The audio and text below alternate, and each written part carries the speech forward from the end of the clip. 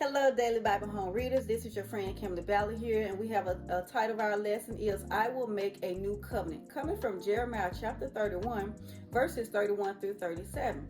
Jeremiah proclaims that the prophecy of restoration from God to the Israelite nation, as they had been under captive rule by the Babylonians for their sin and unrepentance towards God.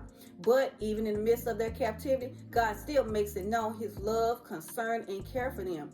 He speaks through Jeremiah to let them know that they will have a restored relationship with Him. But how, you may be asking? This renewed relationship takes place in the hearts and minds of not only them but us today as an individual acceptance or denial of Jesus Christ, our Messiah, which resides in our hearts and our minds.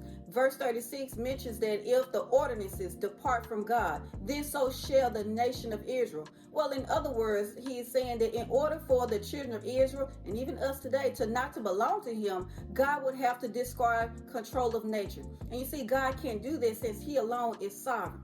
As you go through your week, your application is to reflect on God's offer of restoration to us. Let us offer a new covenant of relationship with others, including those relationships that have been severed, even or strained.